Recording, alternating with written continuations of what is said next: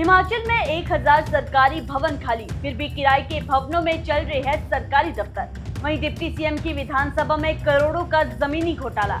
इसके साथ पंचायत चुनावों को लेकर विभाग ने रोस्टर जारी करने के आदेश दे दिए हैं। इसके अलावा और भी बहुत कुछ रहेगा इस बुलेटिन में। आप देख रहे हैं इनॉक्स न्यूज। तो आइए जानते हैं अब तक की बड़ी खबरें। शिमला के संजौली हेलीपोर्ट को मंजूरी मिलने के बाद इसे आधिकारिक तौर पर उड़ानों के लिए खोल दिया गया है। आज सुबह मुख्यमंत्री सुखविंदर सिंह सुक्खू ने रिकांगपिओ के लिए पहली उड़ान को हरी झंडी दिखाकर शुभारंभ किया। इस दौरान कैबिनेट मंत्री जगत सिंह नेगी भी हेली टैक्सी से किन्नौर रवाना हुए। हेलीकॉप्टर टैक्सी सेवाएं हेरिटेज एविएशन और पवन हंस लिमिटेड दे रही है। हेरिटेज एविएशन शिमला के संजौली हेलीपोर्ट से रिकांगपिओ और कुल्लू रूट पर उड़ानें चलाएगी, जबकि पवन हंस लिमिटेड चंडीगढ़ शिमला रूट पर अपनी सेवाएं देगी। शिमला से रिकांगपिओ के लिए हेरिटेज एविएशन दिन में 1 उड़ान और भुंतर के लिए दिन में 2 उड़ानें संचालित करेगी। वहीं पवन हंस लिमिटेड की heli taxi Chandigarh Shimla route पर सप्ताह में 3 दिन सोमवार, शुक्रवार और शनिवार को उड़ान भरेगी। 20 जनवरी को राज्य निर्वाचन आयोग ने सचिवालय में अधिकारियों के साथ बैठक कर पंचायती राज चुनाव की तैयारियों की समीक्षा की। आयोग ने सभी विभागों को 28 फरवरी से पहले चुनाव से जुड़ी तैयारियों और आरक्षण रोस्टर फाइनल करने के निर्देश दिए हैं। आयोग ने कहा कि बजट सत्र मार्च तक खत्म होने पर ही आचार संहिता लागू होगी। नई पंचायतों का पुनर्गठन और पुनर्सीमांकन भी 28 फरवरी से पहले पूरा करना जरूरी है। वहीं बोर्ड परीक्षाओं के बाद स्कूलों में पोलिंग स्टेशन बनेंगे, जिसमें 22,000 बूथ और लगभग 35,000 कर्मचारियों की ड्यूटी लगेगी। हिमाचल प्रदेश सरकार के कार्मिक विभाग ने राज्य कैडर के सभी आईएएस अधिकारियों को 2025 की अचल संपत्ति विवरणी यानी आईपीआर ऑनलाइन भरने के निर्देश जारी किए हैं। आईपीआर 31 जनवरी तक भरना अनिवार्य होगा और इसे 1 जनवरी 2026 की स्थिति के अनुसार अपडेट किया जाना है। कार्मिक विभाग ने ये आदेश भारत सरकार के डीओपीटी के 23 दिसंबर 2025 के निर्देशों के अनुपालन में जारी किए हैं। आईपीआर समय पर नहीं भरने पर अधिकारी की अगली वेतन मैट्रिक्स में नियुक्ति और वेतन वृद्धि प्रभावित हो सकती है। वहीं आईपीआर केवल ऑनलाइन ही भरी जाएगी और इसके लिए पैरो पोर्टल का उपयोग किया जाएगा। हिमाचल प्रदेश में पूर्व 6 सीपीएस की विधानसभा सदस्यता के मामले पर अब सुप्रीम कोर्ट की 3 सदस्यीय बेंच सुनवाई करेगी। दरअसल ये मामला हाई कोर्ट के 2024 के फैसले से जुड़ा है, जिसमें सीपीएस किशोरी लाल, सुंदर सिंह ठाकुर, मोहन लाल ब्राक्टा, राम कुमार चौधरी, आशीष बुटेल और संजय अवस्थी को पद से हटाने का आदेश दिया गया था। वहीं हिमाचल सरकार ने इस निर्णय को सुप्रीम कोर्ट में चुनौती दे दी है। वहीं अब इस मामले पर अगली सुनवाई 16 मार्च को होनी है। कैबिनेट की उप समिति की बैठक की अध्यक्षता मंत्री जगत सिंह नेगी ने की, जिसमें हिमाचल प्रदेश मंत्रिमंडल की बैठकों में लिए गए कई जनहित के फैसलों के अब तक पूरी तरह लागू न होने का मुद्दा सामने आया है।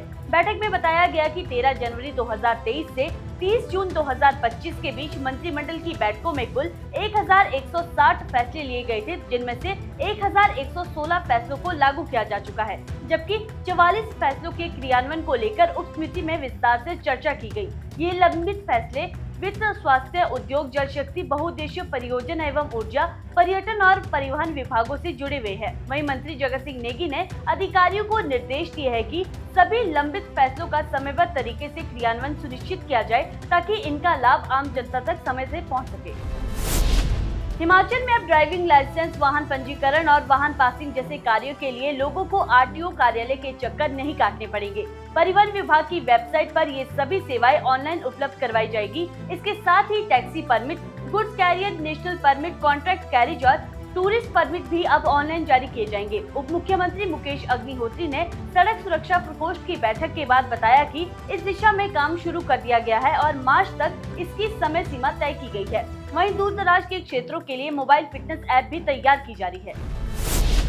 ऊना जिले के हरोली विधानसभा क्षेत्र में जमीन खरीद को लेकर बड़ा फर्जीवाड़ा सामने आया है। आरोप है कि हिमुडा ने राजस्व विभाग के साथ मिलकर खाई, खड्डों और नालों वाली करीब 600 कनाल जमीन 28 करोड़ रुपए में खरीदकर जमीन मालिक को अनुचित लाभ पहुंचाया। प्रारंभिक जांच के बाद विजिलेंस ब्यूरो ने जमीन मालिक के खिलाफ धोखाधड़ी और जालसाजी का मामला दर्ज कर दिया है। विजिलेंस के अनुसार वर्ष 2013 में फ्लैट निर्माण के उद्देश्य से जमीन खरीद की प्रक्रिया शुरू की गई थी। जांच में ये भी सामने आया कि खरीदी की गई जमीन न तो निर्माण योग्य थी और न ही फ्लैट निर्माण के लिए उपयुक्त थी। इसके बावजूद सर्किल रेट से अधिक कीमत पर जमीन खरीदी गई, जिससे सरकारी राजस्व को नुकसान पहुंचा है। शिकायत के बाद हुई प्रारंभिक जांच में आरोप सही पाई गई है। वहीं विजिलेंस ने ऊना से लेकर शिमला सचिवालय तक से जुड़े अधिकारियों के खिलाफ जांच शुरू कर दी है। सीबीएसई स्कूलों में तैनात होने वाले नए शिक्षक उप कैडर को पहले चरण में 10 वर्षों तक स्थानांतरण से मुक्त रखा जाएगा। इस संबंध में शिक्षा विभाग ने नियुक्ति, सेवा शर्तों, स्थानांतरण नीति और विशेष भत्तों को लेकर अधिसूचना जारी कर दी है। अधिसूचना के अनुसार जिन शिक्षकों की सेवानिवृत्ति में 3 वर्ष शेष है, वे चयन परीक्षा में भाग ले सकेंगे, जबकि आउटसोर्स, मानदेय और ग्रांट इन एंड के तहत नियुक्त शिक्षक पात्र नहीं होंगे। चयनित शिक्षकों को मेरिट के आधार पर स्कूल आवंटित किए जाएंगे और उनका मूल कैडर से कोई संबंध नहीं रहेगा।